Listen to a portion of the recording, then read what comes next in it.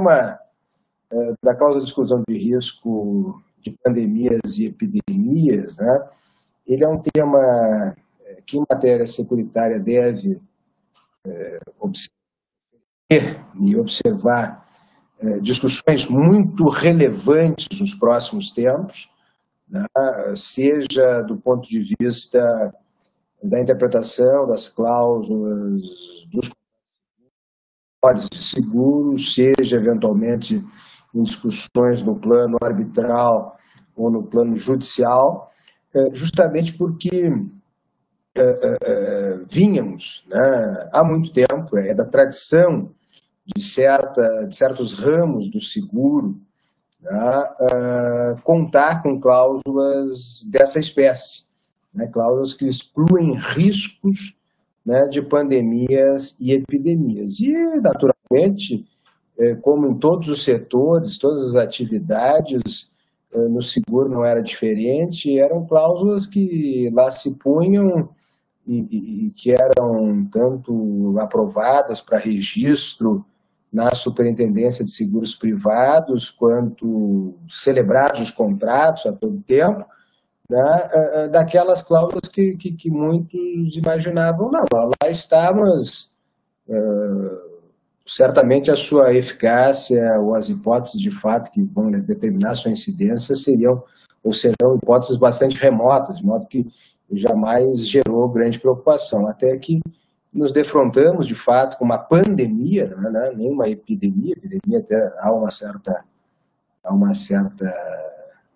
familiaridade, vamos dizer assim, no Brasil, de algumas situações de epidemia, de surtos, né, para isso, epidemias da mesma maneira, epidemias, endemias, né, que são típicas do país também. Nós, no Brasil, temos algumas endemias que são típicas nossas, por questões de clima, etc. Mas, realmente, uma pandemia, tal qual nós hoje enfrentamos, de fato, é um evento único nas nossas gerações, né, nas gerações que estão ainda aí, que estão aqui hoje, né, que habitam o planeta. De modo que todo elemento excepcional, e que os professores todos os painéis aqui dessas conversas da quarentena vem discutindo, tratam ou iniciam justamente o seu tratamento a partir desse caráter de excepcionalidade, né? É uma situação excepcional, né, com consequências, se pode dizer sem medo de errar, imprevisíveis, né, e com efeitos, naturalmente, para toda uma série de relações jurídicas, no âmbito de direito público, privado, de direito público. Por que isso no contrato de seguro é importante e como é que isso afeta o contrato de seguro? Justamente porque no contrato de seguro é da gênese do contrato de seguro, a característica do contrato de seguro, né, diz lá o seu artigo 757 do Código Civil, que define o que é o contrato de seguro, né, que é aquele contrato que o segurador se obriga, mediante pagamento do prêmio, né, que é a remuneração que o segurado paga, o tomador de seguro paga ao segurador, a garantir interesse legítimo do segurado relativo à pessoa ou à coisa contra riscos pré-determinados. Então, quando se celebra um contrato de seguro, nós sabemos, você não celebra um contrato de seguro universal. Existem até espécies de contratos de seguros all risks, né? Ou seja, contra todos os riscos, mas ele nunca será um contrato de risco universal.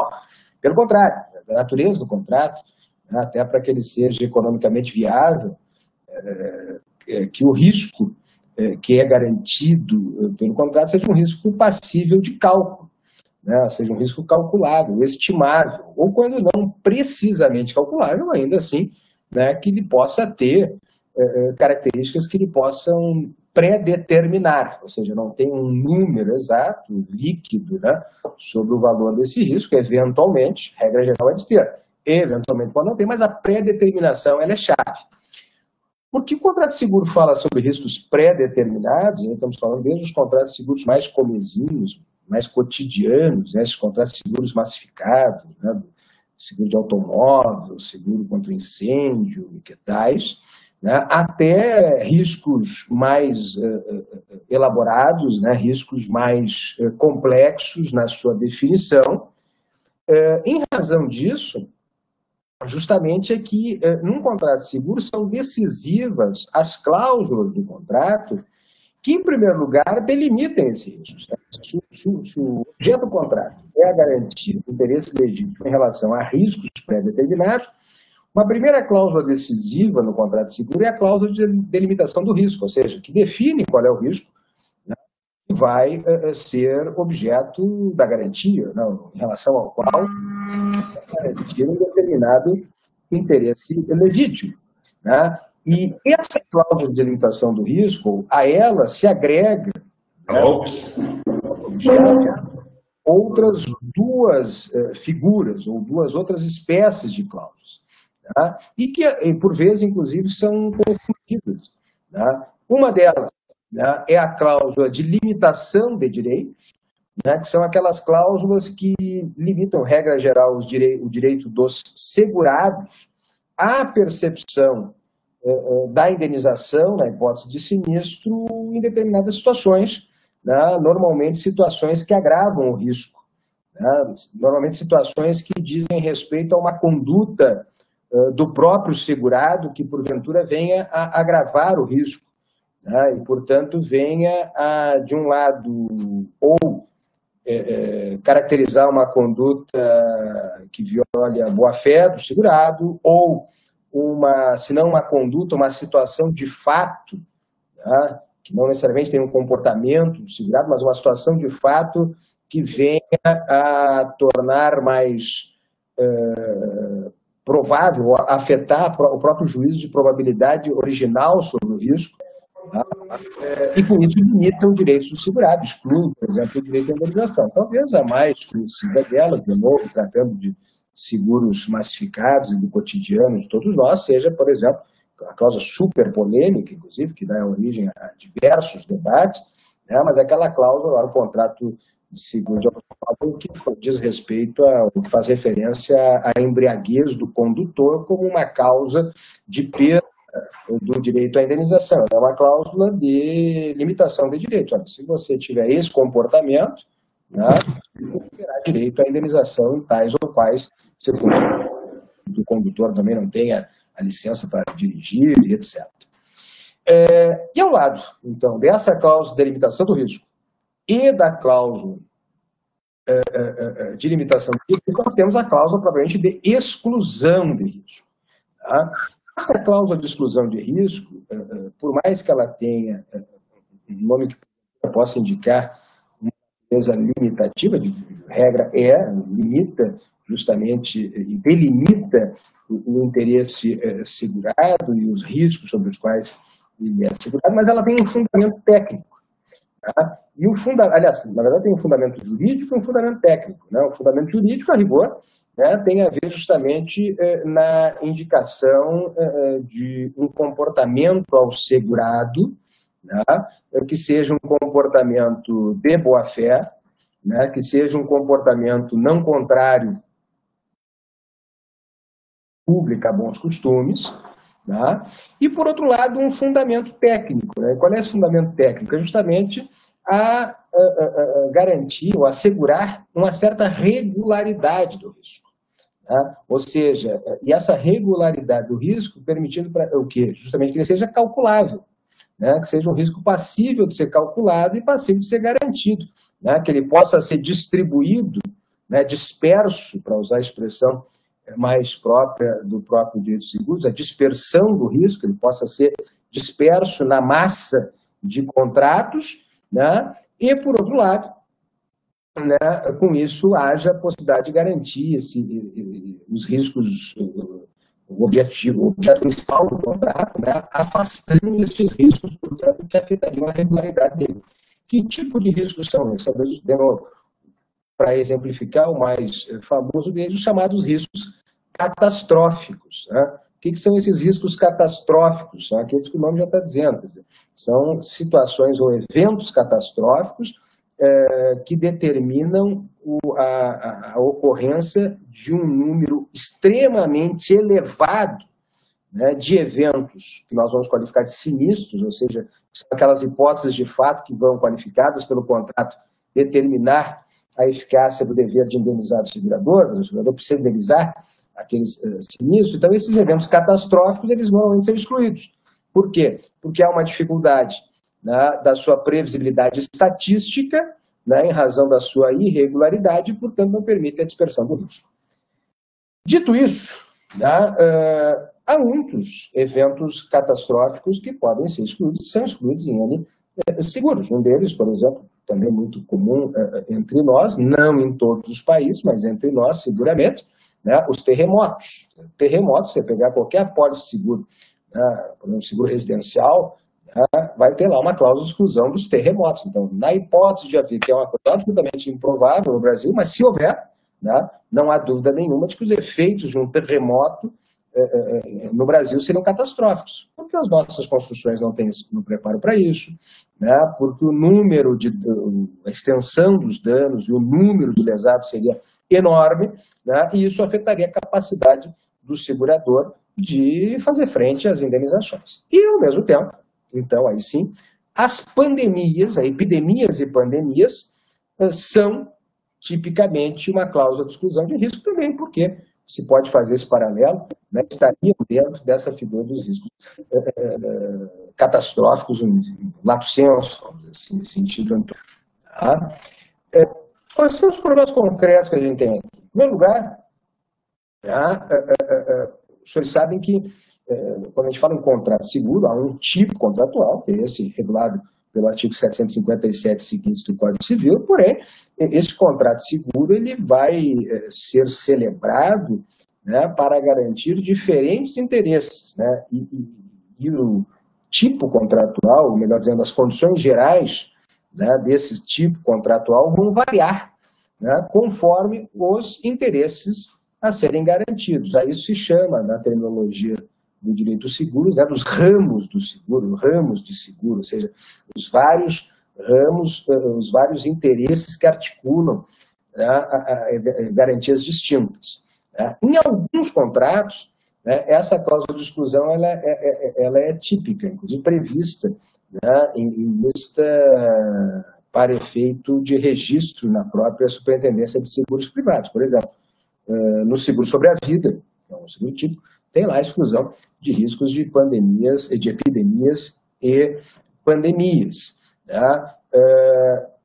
Em outros contratos, não há uma previsão expressa de epidemias e pandemias, mas há, às vezes, descrições, né, de fatos extraordinários que podem conduzir. A mesma ideia nos contratos de planos de assistência à saúde, que, embora hoje, tecnicamente, no direito brasileiro não sejam seguro, né, no sentido estrito, a estrutura contratual, a estrutura do contrato, ela se assemelha a um contrato seguro, né? Há também, muitas vezes, essa exclusão, ainda que, no caso específico que nós estamos vivendo hoje, né, a própria Agência Nacional de Saúde Suplementar tenha determinado aos seguradores que passem a garantir, né, especificamente essa pandemia do coronavírus. Os microseguros, né, que são seguros de riscos de pequena extensão, que foi regulado recentemente, nem tão recentemente, 2012, né, pela SUSEP, né, há também uma exclusão de epidemias e pandemias declarados pelo órgão competente. Aqui já vai haver uma discussão qual é esse órgão competente, né, para declarar a epidemia. Não há dúvida de que a autoridade sanitária brasileira, né, a pandemia, né, será a lei brasileira que reconhece a emergência internacional, será a OMS, né, podemos aqui subsumir a figura do órgão competente, seria a OMS um órgão no sentido técnico da expressão ou não?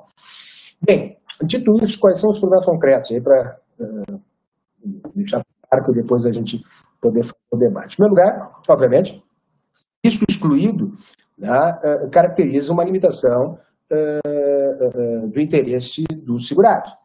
O contrato de seguro é um contrato de adesão. Tá? Sendo um contrato de adesão, pode ser um contrato de consumo ou não. Há contratos de seguro que são de consumo. Aqueles que são de consumo, um problema concreto será a incidência sobre eles do artigo 46 do Código de Defesa, do artigo 30 do 46 do Código de Defesa do Consumidor. Dever de informar, né, sobre o conteúdo da oferta do contrato, né, e, ao mesmo tempo, os efeitos da não informação, que é a não obrigação do consumidor. Inclusive, lá no artigo 54, a própria ideia de se tratar de um contrato de adesão, tem que ser uma informação. E no artigo 46, indicando que aquilo que não foi informado adequadamente não obriga o consumidor. Não sendo um contrato de consumo, mas ainda mantendo-se como um contrato de adesão, seguem as regras do Código Civil. E nas regras do Código Civil, especialmente, aquela que indica, na situação de ambiguidade, a interpretação mais favorável ao aderente, artigo 423 do Código Civil, assim também, em contratos empresariais, sobretudo pela grande utilidade dessa discussão, aquelas os novos critérios de interpretação do negócio jurídico definidos no artigo 113 do Código Civil, com a redação mais recentemente indicada pela denominada Lei da Liberdade Econômica. A ideia de que as cláusulas do negócio deverão ser para atribuição de sentido, aquilo que seria razoável, decorrente da negociação das partes e inferida das demais disposições do negócio. Da mesma maneira, também no 113, aquela que indica a interpretação mais favorável àquele que não redigiu a cláusula em questão. No caso, embora não refira-se ao aderente expressamente, é dele que se trata, falamos em contrato de adesão, não é ele que redigiu, ao contrário, é o segurador quem redige e leva registro na SUSEP. Então, a própria noção de exclusão, nesses casos, vai ser colocada em jogo. E, ao mesmo tempo, e aí para encerrar, em alguns contratos, e esse sim, me parece, poderá ter um grande espaço de discussão, que são os contratos que garantem interesses sobre lucros cessantes. Claro que esses contratos que garantem interesses de lucros cessantes, na experiência internacional, na sua origem, especialmente no direito anglo-saxão, eles se denominam os Business Interruption Insurance, ou seja, seguros de interrupção de negócios, assim, no senso. E eles vão estar sempre vinculados, o interesse de lucros cessantes, ele vai estar sempre vinculado, na sua origem, a um dano físico. A um dano físico, normalmente, ao patrimônio do segurado. Dando um exemplo muito simples. Há um incêndio no estabelecimento comercial do segurado. E, em razão desse incêndio, ele vai ficar sem poder abrir o seu estabelecimento até que consiga fazer a reforma, reconstruir, etc. E tal. Esse período que ele fica, digamos, sem poder ter o seu comércio aberto, por esse período há uma garantia de interesse, que é o interesse de lucros cessantes, mas vinculados sempre ou subordinados à existência de um dano físico ao patrimônio. Daí nasce essa figura do Business Interruption Insurance. Assim ele foi trazido para o Brasil também. É muito comum haver nos contratos de seguro uma certa inspiração, alguns autores até vão ser mais críticos, que se copiam muito as apólices estrangeiras no Brasil. Então, assim ele foi trazido para o Brasil. Porém, na nossa disciplina regulatória, editada pelo Conselho Nacional de Seguros Privados e pela própria SUSEP, Superintendência de Seguros Privados, há uma figura que é a garantia de interesses exclusivos de lucros cessantes, independentemente dos danos físicos. Então, no Brasil, pelo menos em tese, pelo menos na regulação administrativa, há a figura da garantia dos lucros cessantes. E a pergunta fundamental aqui vai ser a pergunta justamente se, em razão da pandemia, vão haver perdas nos negócios, de modo geral, que serão passíveis de garantia securitária, ou se a exclusão de pandemia e epidemia atingirá também o direito à indenização dos segurados nessa hipótese, porque também nós temos uma grande discussão, que é da ordem do dia, em razão mesmo da noção de vínculo causal entre a pandemia e as suas consequências. O fato da pandemia, conceitualmente, o que ela é? Ela é a extensão da doença. Portanto, as pessoas vão ficar, numericamente, quantitativamente, vão contrair uma determinada doença. Os danos decorrentes e eventualmente passíveis de garantia, há uma discussão muito interessante se eles decorrem diretamente da pandemia, que, portanto, estaria excluído em cláusula de exclusão, ou se eles, de fato, decorrem das medidas adotadas, dentre outros, pelo próprio poder público, para combater a pandemia. Portanto, aqui há um tema duro, que não é de direito securitário, mas que é de responsabilidade civil, que é a própria discussão sobre o nexo de causalidade entre o dano experimentado e passível de garantia e o evento excluído, o risco excluído. Quer dizer, se o risco é excluído da pandemia, mas não foi a pandemia a causa, o que foi a causa é, eventualmente, as medidas administrativas de polícia, medidas de polícia administrativa adotadas para restrição da atividade econômica, né, ou para interdição de determinadas atividades, suspensão delas, tá, vai se estabelecer uma discussão de interpretação e que vai trazer o protagonismo da própria regra de interpretação, das regras de interpretação, seja nesses casos de interrupção de negócios e lucros cessantes, especialmente, seja do artigo 423, seja dos critérios e dos incisos todos do artigo 113 do Código Civil. Passei um pouquinho, peço desculpas aqui, avancei um pouquinho no tempo que tinha sido concedido, mas eu não quis deixar sem esse panorama geral para a gente poder, à frente, debater. Muito obrigado. Excelente, obrigada, professor Bruno. Na verdade, como hoje são 2 debatedores, né, apenas, então, nós temos um pouco mais de tempo e podemos ser mais flexíveis. Professor Marco, então, lhe passo a palavra. Muito bem, eu, antes de mais nada, agradeço a presença dos colaboradores, dos organizadores do Conversas na Pandemia, a coordenação da professora Cláudia, a participação do professor Bruno no evento, os demais professores que estão acompanhando e também os alunos e professores que estão ouvindo aí esse debate sobre a pandemia. Bom, sobre o direito dos seguros e a pandemia, antes de mais nada, fica mais fácil para mim a tarefa de fazer minha exposição depois da aula que o professor Bruno nos propiciou, né, sobre o tema de seguros, que é um tema que não faz parte do nosso currículo regular da Faculdade de Direito, o tema do direito dos seguros. É um tipo contratual, né, ele é abordado como um tipo contratual na matéria de direito dos contratos, mas é uma matéria que exige uma carga horária maior do que simplesmente mais um tópico dentro do direito dos contratos, né? O Instituto de extrema importância e que em outras faculdades aqui na URGS, né, existe a disciplina de direito dos seguros, propriamente dita. Tá? Muito bem. A importância do contrato de seguros, do Instituto dos Seguros na sociedade atual, ela é inquestionável. Tá? É um instituto moderno. O surgimento desse tipo contratual ele foi viabilizado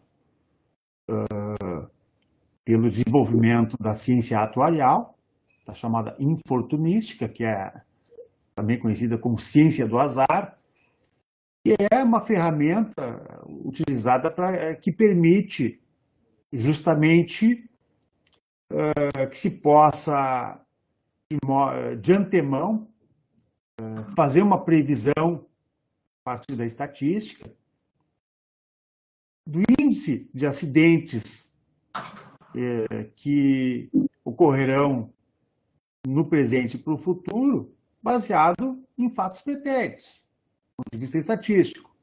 Então, a ciência atuarial foi que, digamos assim, permitiu o desenvolvimento do direito dos seguros e o surgimento desse instituto ao lado do tradicional Instituto da Responsabilidade Civil, um instituto que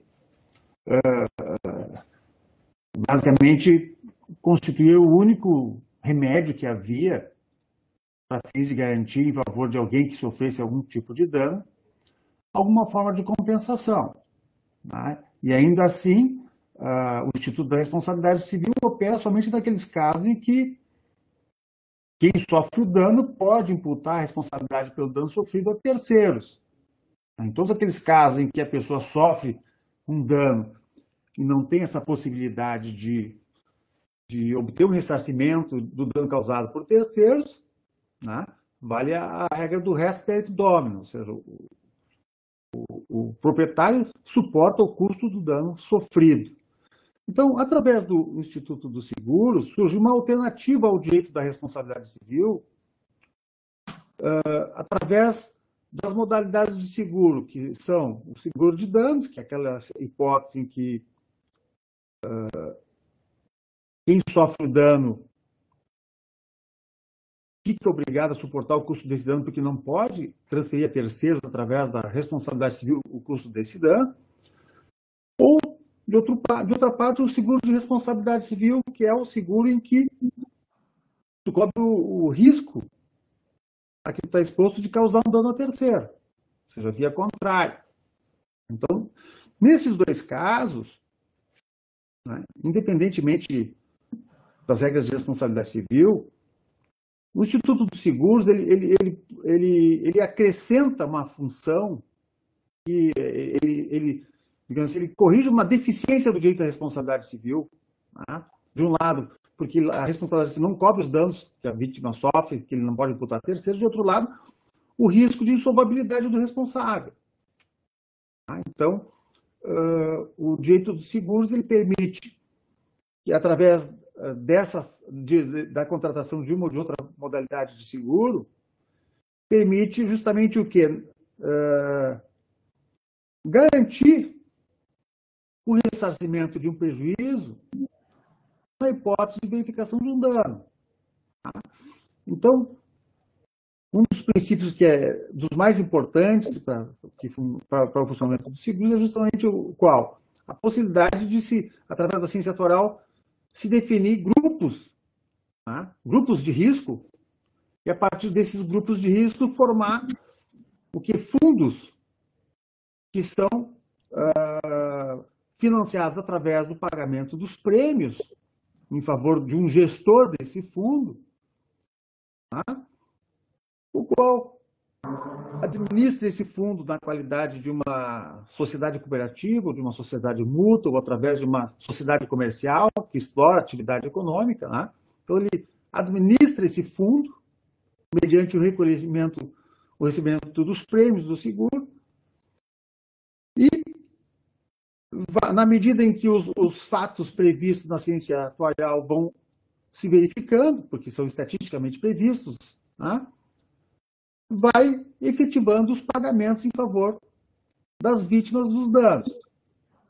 Então, o contrato de seguros ele tem uma característica que não permite colocá-lo ao lado de outros tipos contratuais, como a compra e venda, porque no contrato de seguros, a base que viabiliza o funcionamento dos contratos de seguros é o princípio do mutualismo da solidariedade, uma solidariedade que não é uma solidariedade social, mas é uma solidariedade de grupo, né?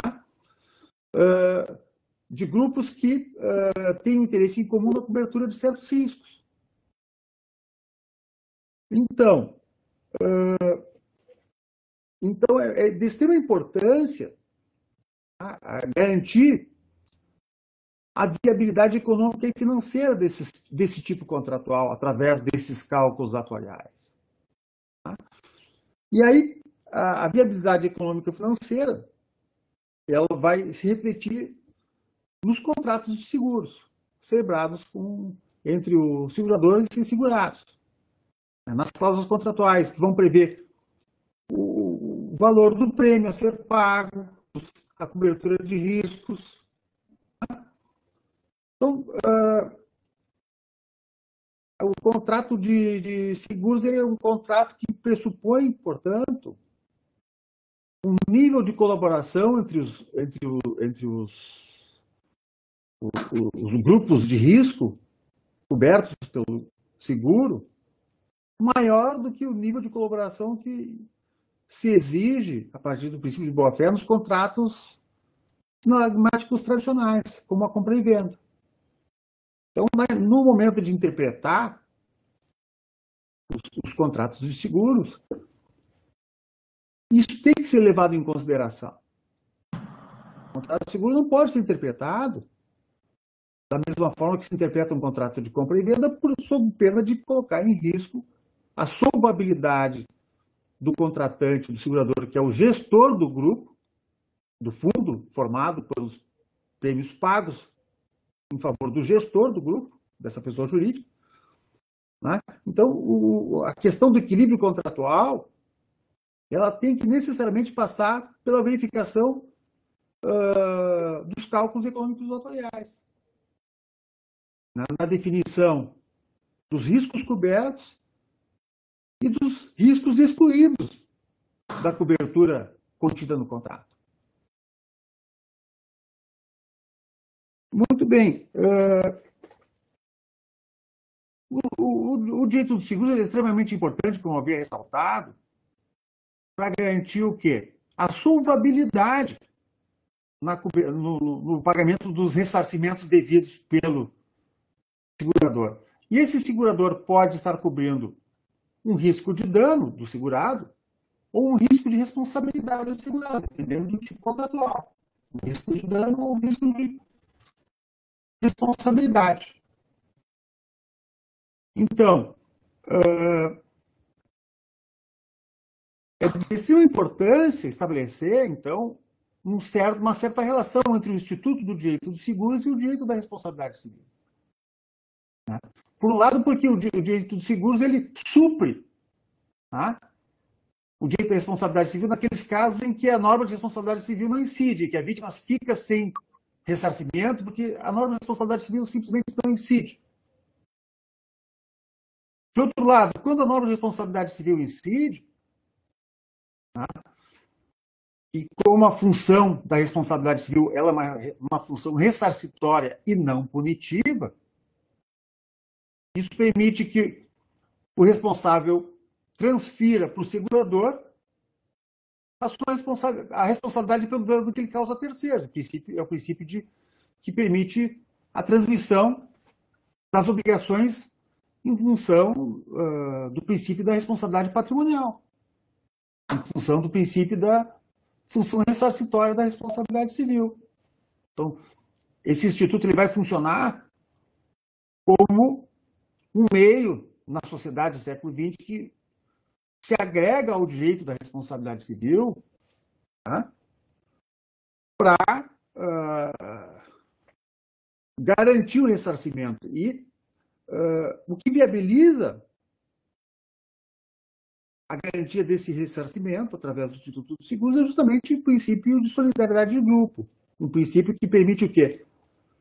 Uma pulverização do custo da indenização pago pelo segurador, uma pulverização intersubjetiva entre os membros ou entre a comunidade de risco que integra um determinado grupo de risco administrado pelo segurador. Então, permite o quê? Uma pulverização do custo. Uma pulverização intersubjetiva. E isso vem ao encontro da ideia de socialização de riscos, que é uma função da responsabilidade civil que viabiliza, solvabiliza o direito da responsabilidade civil. Porque de nada adianta uma sentença condenatória no direito da responsabilidade civil sem que essa indenização possa ser paga pelo responsável. Então, daí é esse incentivo, entre aspas, à indústria dos seguros. Muito bem. Como o professor Bruno destacou, o risco coberto pelo contrato de seguros é um risco específico. Ele não é um risco universal. Ele não é um risco social. É um risco específico. Aquele é o objeto do contrato de seguro contratado. Bom, em relação à cláusula de exclusão de responsabilidade, o que eu gostaria de colocar é o seguinte ponto, com a devida cautela, porque eu sei que eu estou aqui fazendo uma exposição diante de uma das maiores autoridades no assunto do direito de seguros, que é o professor Bruno, que para mim muito me honra estar aqui nesse debate. Mas o ponto que eu quero destacar é que uma cláusula de exclusão de risco inserida num contrato, ela não pode ser confundida com uma cláusula de exclusão de responsabilidade. Tá? Em que consistiria uma cláusula de exclusão de responsabilidade no contrato de seguro? Consistiria naquela situação em que o segurador se exime de pagar a indenização numa situação que, a rigor, está sendo custeada pelo prêmio do seguro pago pelo segurado. Então, no cálculo econômico atuarial dos riscos do seguro, tem que se verificar se, naquele cálculo, a indenização excluída da cobertura do seguro foi ou não levada em consideração na elaboração daquele cálculo. Porque é com base no cálculo que vai estabelecer o prêmio do seguro. Então, se no cálculo econômico atuarial aquele risco excluído por uma cláusula foi levado em consideração, a cláusula é abusiva. Se no cálculo econômico atuarial o risco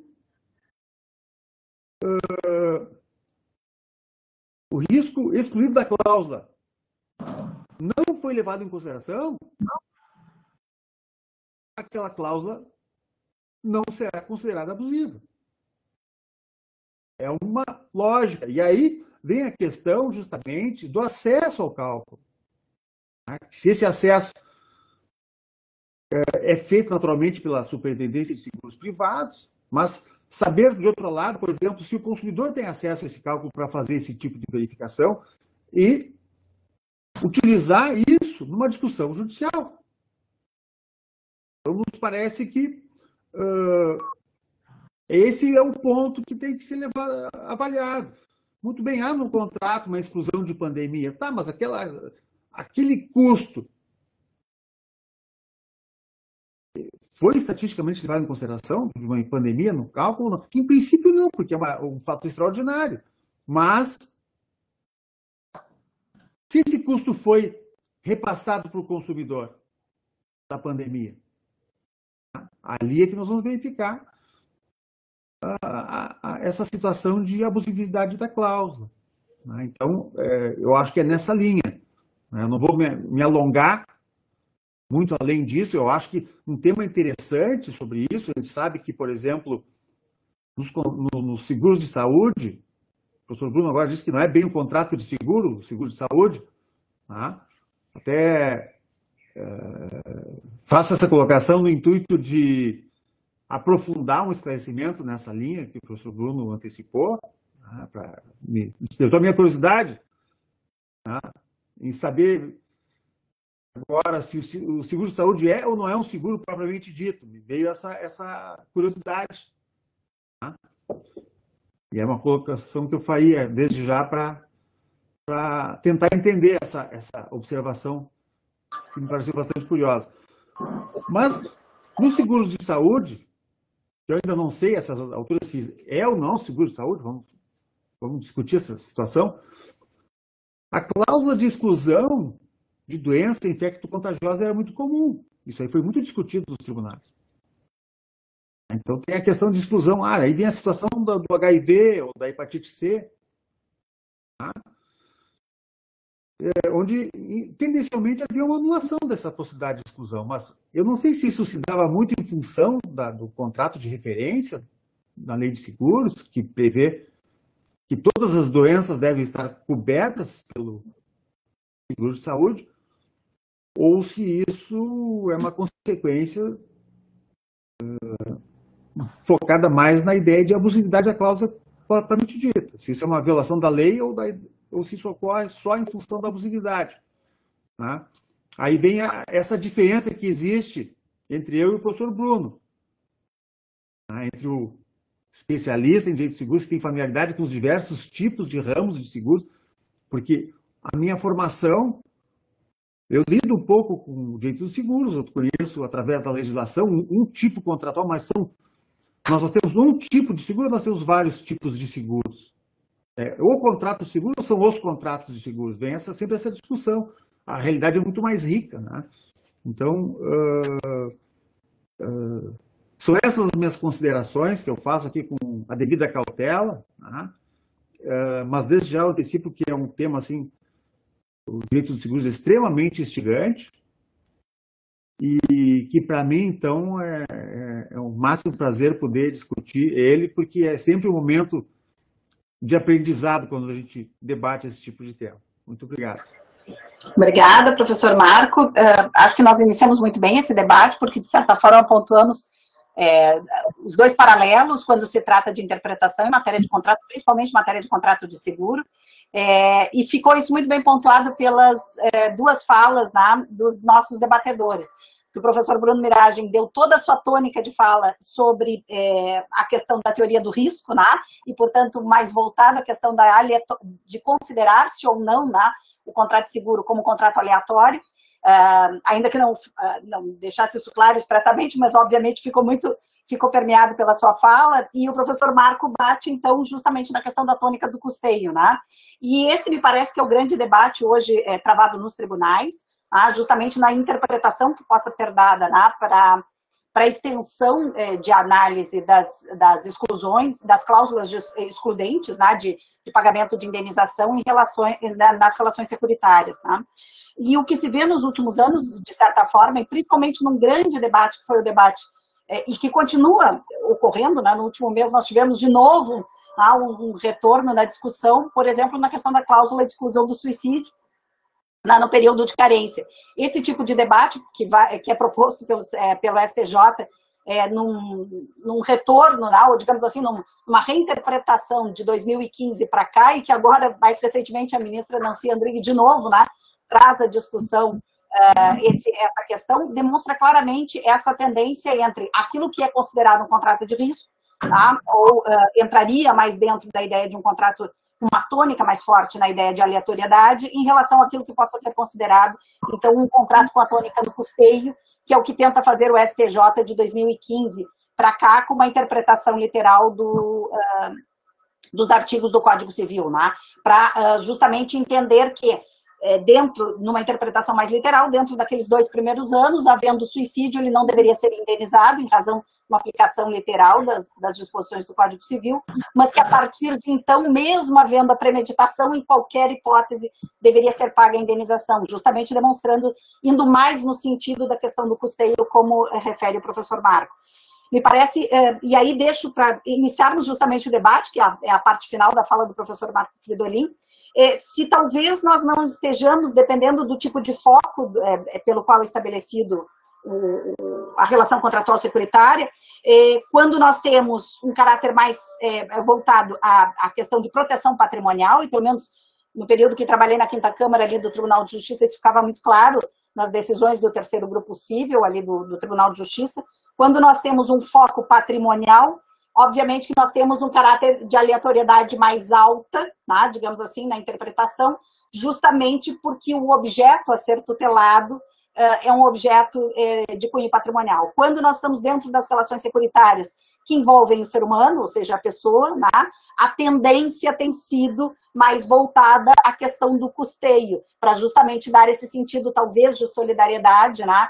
E aí nós vemos tudo isso em relação aos reflexos na área dos contratos de saúde, né? Nos contratos de vida, de certa forma, que não envolvem patrimônio, mas que envolvem, né, uma incapacidade ou talvez a própria vida do indivíduo. De certa forma, as duas falas foram complementares, e isso é interessante, mas dando tônicas distintas, né, à interpretação, o que eu acho que enriquece, é justamente isso que enriquece o nosso debate.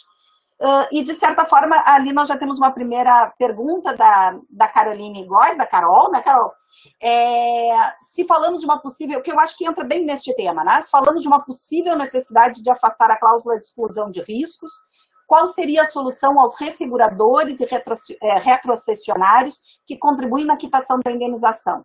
Poderíamos falar de julgamento de riscos? Como ficaria a regularidade sistêmica neste caso? Acho que entra muito, professor Marco, quando o senhor refere nessa associação entre a ideia complementar, né, do regime securitário com relação à responsabilidade civil, tá? Até porque nós sabemos que a qualquer momento, mesmo havendo a cobertura securitária, a seguradora pode acionar regressivamente, né, o responsável pelo ilícito, né, e por aquele que se responsabiliza, então tem reconhecido uma hipótese de responsabilidade civil. Acho que vai um pouco nesse sentido. A pergunta da Carol, abro então para o debate. Excelente, justamente por termos essas duas interpretações complementares, distintas e complementares em relação à matéria. Mas Carol, então, qual foi a colocação da... Vou abrir o microfone, né? Qual foi a colocação da Carol, exatamente? Só para mim... Se nós falamos, eu vou repetir a pergunta, está ali no bate-papo, né? Não sei se consegue acessá-lo, professor. Está ali, tá. Isso. Se falamos de uma possível necessidade de afastar a cláusula de exclusão de riscos, qual seria a solução aos resseguradores e retrocessionários? Acho que mais no sentido da questão da solidariedade que o senhor trouxe, do ponto da solidariedade. Os resseguradores, né, são seguradoras de seguradoras. Tá? Então, a ideia do resseguro é a ideia de ampliar a base, tá? De pulverizar ainda mais o custo do dano suportado mais diretamente pela seguradora, digamos assim, pela seguradora contratante. Tá? Então, afastamento da cláusula de exclusão de riscos, por causa, eu acho que eu estou entendendo a preocupação da Caroline, porque, claro, tem que saber se o segurador consegue repassar para o ressegurador esse custo da condenação, né, pela exclusão da cláusula de riscos. O que eu acho que assim, a minha posição é justamente aquela em que se tem que verificar se essa cláusula de exclusão não é uma exclusão por simples de responsabilidade de um custo que, na verdade, está previsto no prêmio. Tá? Então, a minha resposta a essa colocação iria nessa linha. Tá? Então, na relação da seguradora com os resseguradores, se a cláusula de exclusão de responsabilidade ela foi afastada, mas o risco estava previsto no cálculo atuarial, isso não chega a causar um abalo na empresa, né, pela imposição dessa obrigação de cobrir o custo, porque esse custo, afinal de contas, está previsto. Essa linha aqui. E se for uma hipótese em que isso repercute, esse custo, nos resseguradores, eu acho que, como se estava previsto, né, ele repassa. Agora, se não está previsto e sai uma sentença, digamos assim, que afasta, né, essa exclusão de responsabilidade e impõe um risco, um custo, portanto, à seguradora que não havia previsto, isso, na minha opinião, coloca em risco a solvabilidade do fundo, da seguradora, né? Isso coloca em risco o sistema de seguros. Esse tipo de... Se a decisão for nessa linha, eu gostaria de ouvir também a opinião do professor Bruno sobre isso. Não, estou te acompanhando aqui. Estão me ouvindo? Estão me ouvindo bem? Sim. Não, acho que agradecer a Caroline aí pela pergunta interessante. Na verdade, né, tanto no resseguro quanto na retrocessão, né, que são as duas figuras, na retrocessão até mais. Né, o que é a retrocessão? É transferência de risco. Né, o segurador toma o risco e transfere esse risco em parte para dispersar justamente para não ficar com todo o risco para si, né, essa garantia, portanto, até tem efeitos financeiros mesmo na diluição das provisões mesmo que ele tem que garantir. E o resseguro é uma figura parecida, né? A finalidade ela é muito parecida, embora a estrutura dos dois negócios jurídicos é um pouquinho distinta. No resseguro eu tenho, usando a expressão que o Marco trouxe aí, né, que é muito didática, né, o seguro do seguro, eu garanto, né, aquele risco que foi assumido pelo segurador, e na retrocessão eu tenho uma transferência, então tem um elemento técnico um pouquinho diferente. Mas nos dois casos, né, eu acho que foi o espírito da pergunta da Caroline, né, nos dois casos, o que eu estou garantindo como ressegurador, o que eu estou transferindo e recebendo em transferência na retrocessão. Na verdade, é aquele risco original contratado. Então, se aquele risco original contratado excluía o risco da pandemia, vamos dizer aqui, né, portanto, ele respeitava no cálculo dele, aí, bem como o Marco falou também, quer dizer, no cálculo do prêmio, no cálculo das probabilidades de ocorrência do sinistro, se definiu, né, esse cálculo a partir da exclusão do risco, evidentemente, né, se uma decisão posterior vinha desconsiderar a cláusula de exclusão, naturalmente ela vai impactar no risco garantido, seja na despesa não provisionada, por vezes, seja do segurador, seja do ressegurador, seja daquele que recebe em retrocessão. Tá?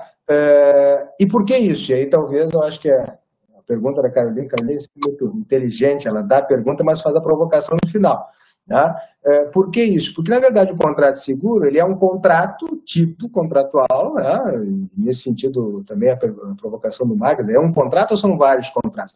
É um tipo contratual que tem uma estrutura, que tem uma natureza, que tem uma causa, que é a garantia do interesse, né? Mas nos vários ramos, né, que se dividem pelos interesses, vão haver características próprias, né, que não desnaturam o tipo, mas o qualificam.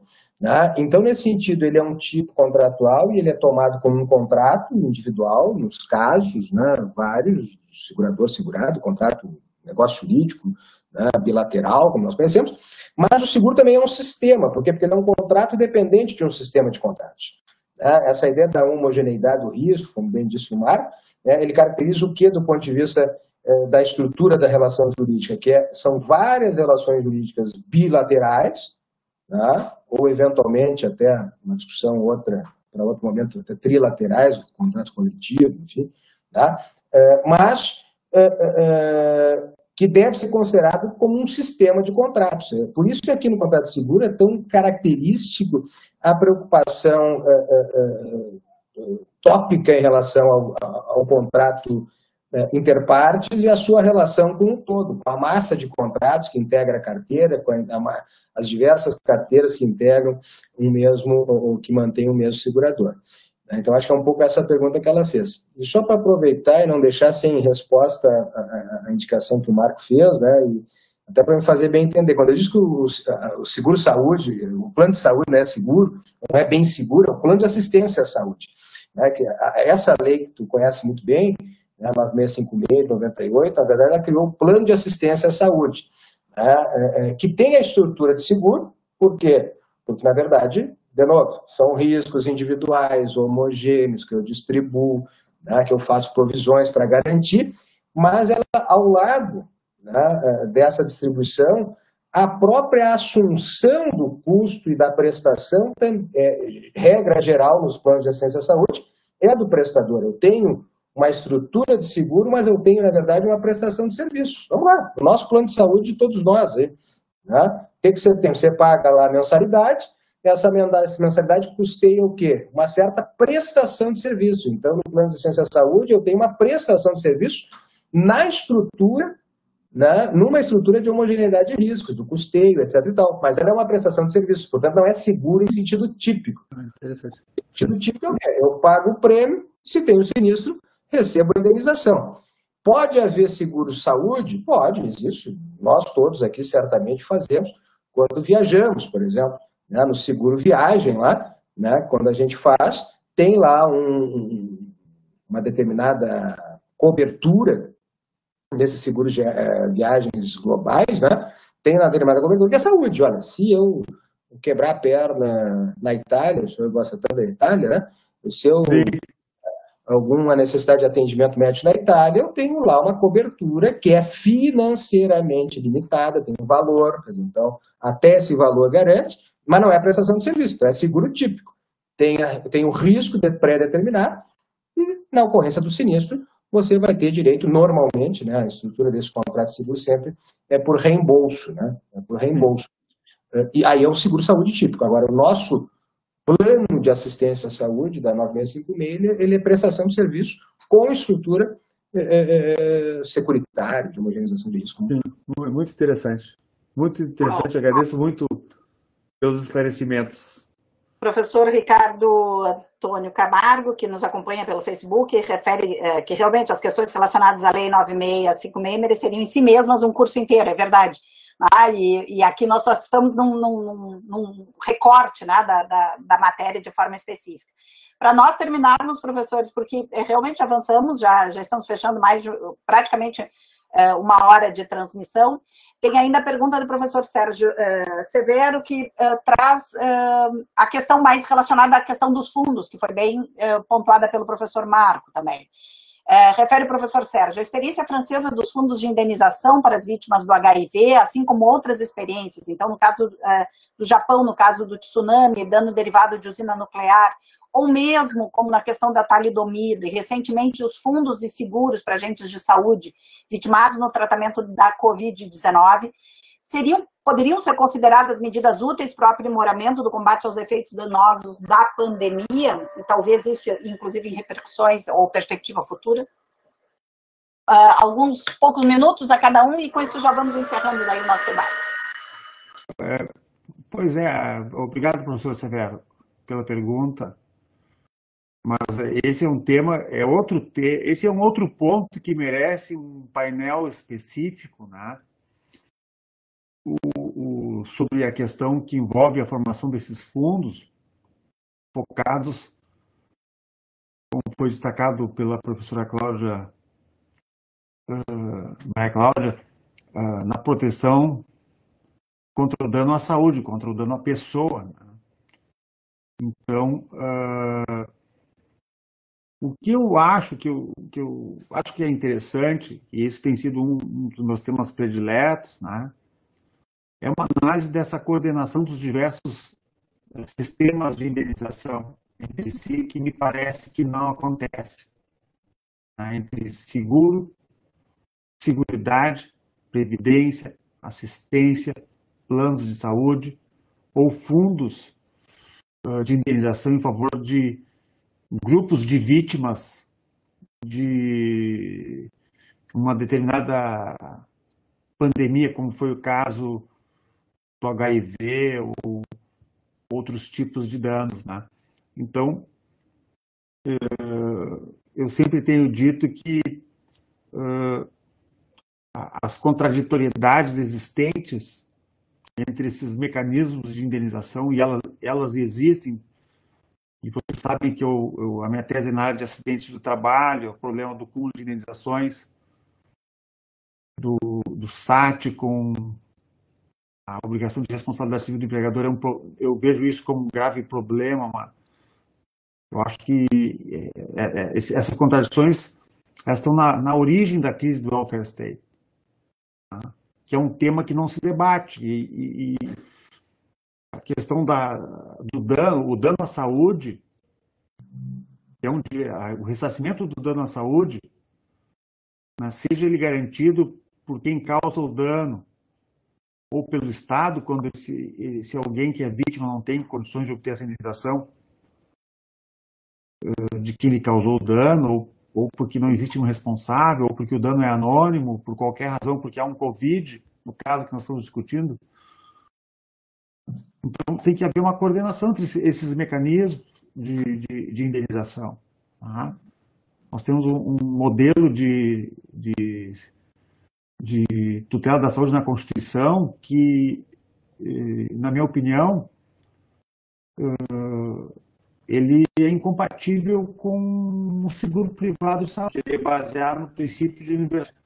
O nosso SUS ele foi feito para acabar com os seguros privados de saúde, lá no projeto da Constituição.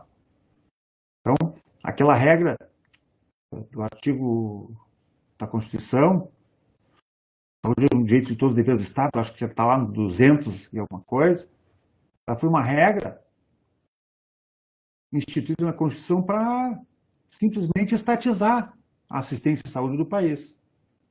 Ela é incompatível com a coexistência de outros sistemas de indenização do direito à saúde. Essa que é a verdade.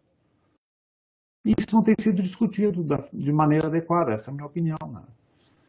Então, é nessa linha. Eu acho que existem muitas discussões a serem suscitadas, né, que envolvem diversos fundos. E esses diversos fundos, a necessidade de criação deles se impõe justamente por quê? Porque o SUS não deveria ser universal. Porque se ele for universal, ele não permite o surgimento desses fundos para atendimento de determinadas situações. Essa é a discussão que tem que ser posta. Muito bem, obrigado pela pergunta. Obrigada, professor Marco. Professor Bruno, só para encerrarmos, então, mais alguns minutos. Não, perfeito, um minutinho. Professor Sérgio, agradecendo a pergunta também, o professor Sérgio é um grande conhecedor da experiência francesa da responsabilidade civil, portanto, fez a pergunta muito como uma bola picando para a gente fazer o gol aqui, também agradeço. Não sei se vamos fazer, né? Mas enfim. Eu acho que essa questão dos fundos é uma questão que tem uma tônica importante, especialmente em relação à reparação da vítima, portanto, da perspectiva da responsabilidade civil, nem tanto da perspectiva do seguro. Por quê? Porque geralmente você fala em fundos públicos, especialmente quando falha o seguro, ou quando você não tem o seguro garantido, o seguro contrato, né, o seguro privado, garantindo isso. Eu acho, no Brasil nós temos uma experiência talvez muito viva, que é exatamente a citada pelo professor Sérgio, do fundo da talidomida, né, e que na verdade não foi um fundo, tecnicamente, né, foi uma lei que concedeu um benefício às vítimas de talidomida, mas não num fundo, né, naquela noção de fundo como um recurso separado do orçamento e, portanto, intocável, né, vinculado a essa finalidade, inclusive com fontes, né, de receita determinadas. A solução brasileira ela acabou sendo a posteriori, muito a posteriori, inclusive para responder a uma dívida histórica até com essas vítimas da talidomida. Mas, de certa maneira, acabou gerando uma situação curiosa, né, porque quem eventualmente teve ganhos econômicos com essa situação não arcou com as consequências. Né? Na Alemanha, né, especialmente na Alemanha, se criou, inclusive, uma fundação, né, que garante, né, teve recursos determinados, né, para a indenização, parte do Estado, parte dos laboratórios que se envolveram no defeito desse produto, ainda embora não houvesse essa legislação à época, ou esse conceito à época, né, e passou a responder por essas indenizações e o faz até hoje. Né, e o faz até hoje em razão dessa construção. Em relação à pandemia, talvez seja uma solução que se vai chegar por uma razão muito simples. Né? Nós não temos aqui, na pandemia, especialmente em relação às vítimas, né, a quem imputar uma responsabilidade determinada. Né? Quem foi o causador do dano? Na pandemia, há uma multiplicidade de fatores e inclusive muitos deles impossíveis de se imputar, de se determinar precisamente um juiz de imputação. De modo que pode ser, sim, uma solução de futuro trabalhar-se com um fundo.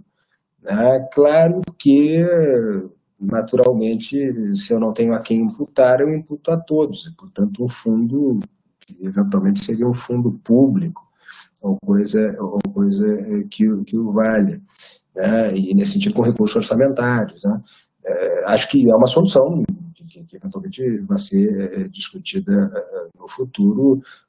Sim, acho que não é o momento ainda desse debate. Mas, de novo, isso em relação às vítimas como tais, Eu só não sei se é de nós vincularmos precisamente essa discussão à discussão das causas de exclusão, porque senão também pode ocorrer o seguinte, não, quem eventualmente, discutindo a legitimidade da cláusula em certas situações, eventualmente foi remunerado, né, e foi contratado para garantir determinados riscos, se exime disso e se socializa o prejuízo, perdoa a expressão não técnica aqui, né, mas se coloca o prejuízo para ser coberto com recursos públicos. Acho que a discussão é importante, um ponto que o Sérgio é decisivo, né, especialmente da perspectiva da solidariedade social, mas, né, com os devidos cuidados para não, digamos assim, contaminarmos a discussão sobre a validade destas cláusulas de exclusão ou não nas hipóteses em que elas são previstas. Eu chamo a atenção só em relação a isso, de novo, nos planos de assistência à saúde, que houve uma determinação de política regulatória recente, né, em que a Agência de Saúde Suplementar propôs às operadoras de plano de saúde liberar provisões obrigatórias, parte das provisões obrigatórias que elas devem manter para garantir os seus custos, o custeio dos serviços de saúde, em troca de uma cobertura ampla do Covid-19, ou seja, das consequências do Covid, da cobertura, especialmente da ciência hospitalar, né, e da terapia intensiva, que é o custo brutal aqui nessa questão da Covid-19. E a imensa maioria das operadoras, como isso foi facultativo, rejeitou essa possibilidade. Eles disseram o seguinte, não, eu não quero a liberação das provisões se a contrapartida terá de ser eu cobrir, né, estes custos. Por quê? Porque os custos de tratamento, né, de novo, se a garantia de risco de vida no seguro sobre a vida, você tem um custo determinado, quer dizer, uma cobertura X lá que está contratada, isso você vai só determinar se aquele risco está garantido ou não. Na assistência à saúde, diferente do seguro de saúde, que eu também tenho uma cobertura financeira limitada, quer dizer, olha, você pode gastar na assistência à saúde, no seguro de saúde, até 100 mil euros, 50 mil dólares, 100 mil dólares, eu tenho uma cobertura financeira determinada. Na assistência à saúde, como ocorreu aqui, eu não tenho essa cobertura financeira determinada. Né? Como disse o Marco, né? Como há um plano de referência à assistência universal, é todo o custo. Então, e nesta doença especificamente que nós estamos enfrentando a pandemia, é muito comum, para não dizer recorrente, né, que a assistência, especialmente o atendimento em UTI, se prolongue muito além daquilo que é uma média de atendimento. Tá? E não raras vezes com situações recorrentes. Né? Então, há muitas situações, relativamente, inclusive, comum, né, que os pacientes mais graves da Covid-19 eles são internados em UTIs, né, permanecem por algum tempo, apresentam uma melhora e voltam a ser internados, em médias de 10, 12, 14, 20 e um pouco mais de 20 dias. Né? E até muitos se recuperam e muitos vêm a falecer depois desse período. Então é um período muito longo daquele que é o serviço mais custoso numa internação hospitalar.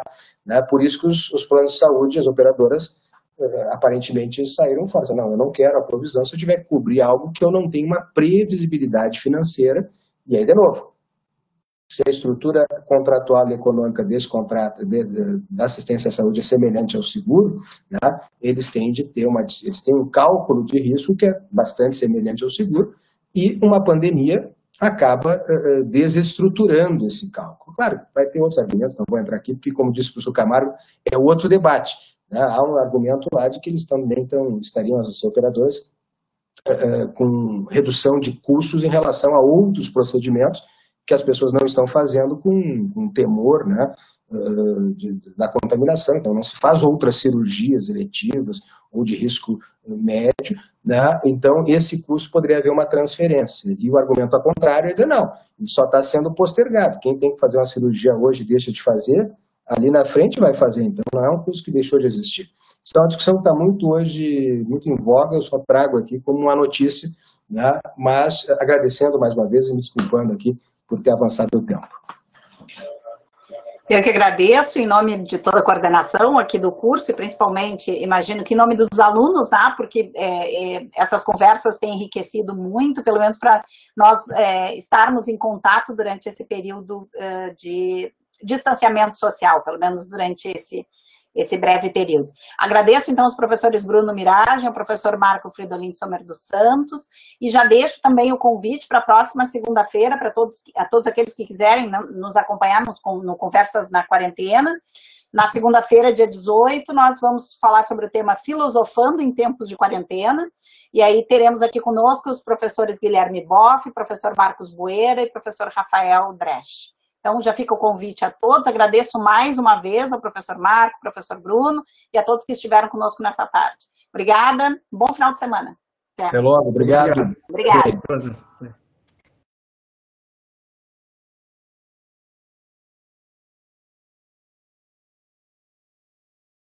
Para sair aqui.